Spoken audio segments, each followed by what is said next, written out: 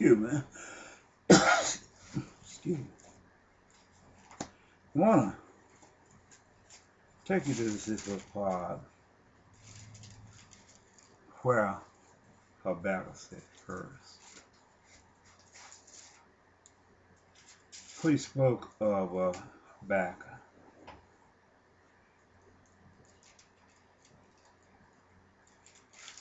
But I'm not going to prolong my time in here too much.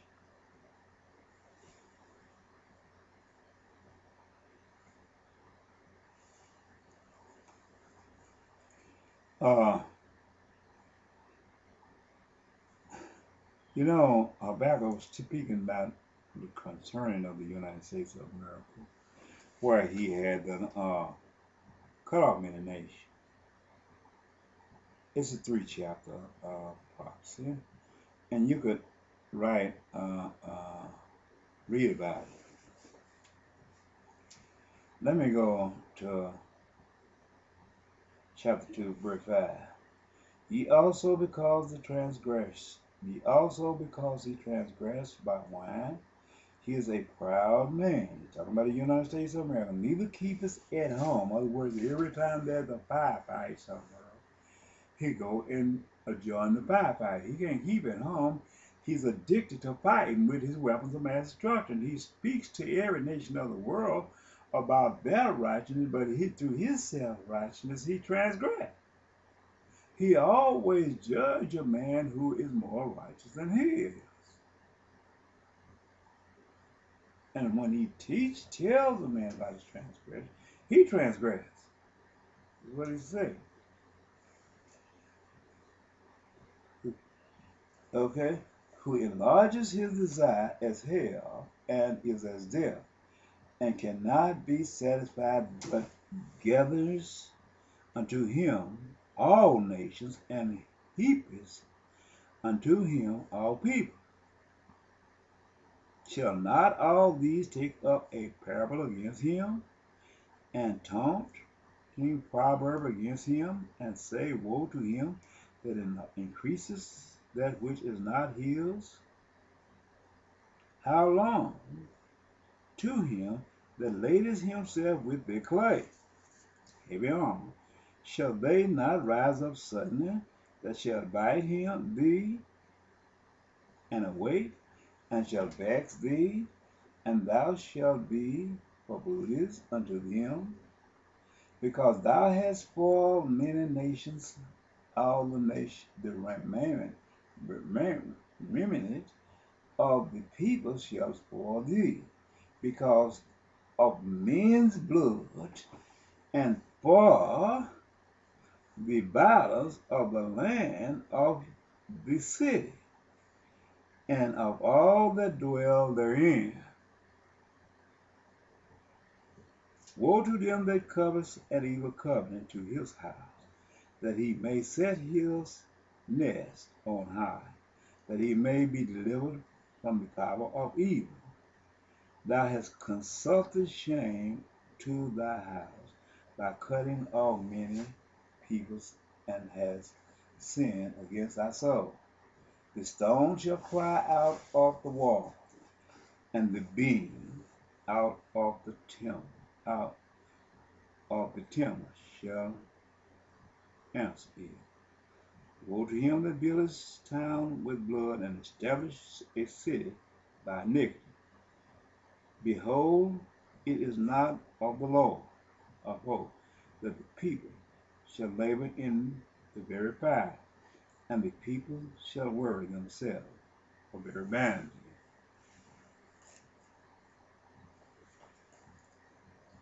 For the earth shall be filled with the knowledge of the glory of the Lord, as the waters over the sea. Woe unto him that giveth his neighbor drink, that puttest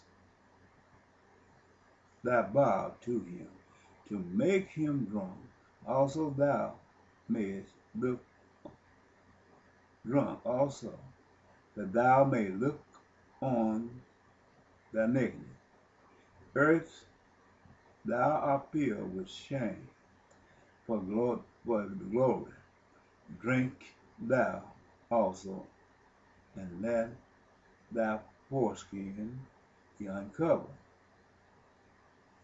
Okay, stop there because I got a long ways to go on this here.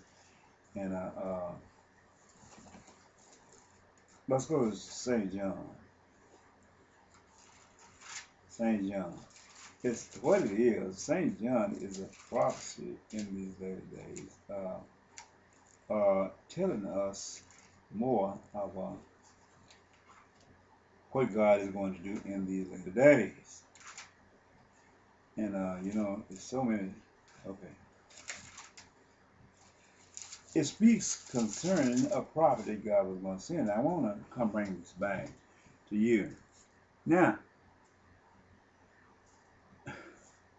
what I want to reiterate to you about this person that Jesus was talking about, referring us to in St. John.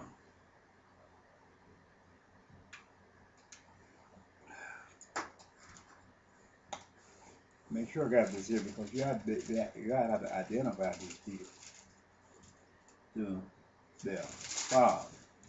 Let me go to the forefront and identify him. The Gospel according to John. In the beginning was the Word, and the Word was with God, and the Word was God. It's good enough right there to identify what John was talking about. This is the poor man in the formula of the John. Now, let's go to 5. Because I got a long ways I got to go on there. But I carried you to the introduction to let you know what John that I have here. Now, there was this man, important man, where the angel, this fool, that this man was around. The angels had went into this pool, they said, and everybody would go, and the first man that goes into the pool, after the troubling of the water, he would be healed. This is what St. John chapter 5 is about. And what had happened, this man had went in, sit there for 32 years, 38 years, trying to be healed of his infirmity.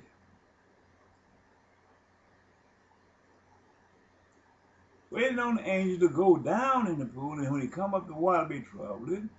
And when the angel come out, the first man that goes down in the pool will be healed. As you find this in John chapter 5. So this was during the reign of Jesus, when Jesus came down there. Knowing the man hadn't been there 38 years coming to be healed, but every time he get ready to go, by him being slow because his infirmity was so great, he couldn't make it because there was other people who was more agile than he was, who would step in front of him and jump down in the pool. And this man ended up, he come back home with the same infirmity because he had nobody to help him get into the pool. To get him ahead of these other people that kept jumping in front of him. I said to myself, Lord, 30-some years of doing this man had to be desperate. But there was nobody to deliver him to the pool. He had to be desperate. And Lord, 2 or 3 years, if I'd have been there, I said, the heck with this. I'm not going here. That's how. But this man was just determined to be healed. His condition was so bad that he wanted to be healed. This is the way people in condition, they go throughout the history. And when their faith is taking them there and bringing them back, they hold on that maybe the better of the crowd may be delivered from their infirmity, and then it might come to me and I could step down in front of the next man. But this was not happening. This was not happening. And every day he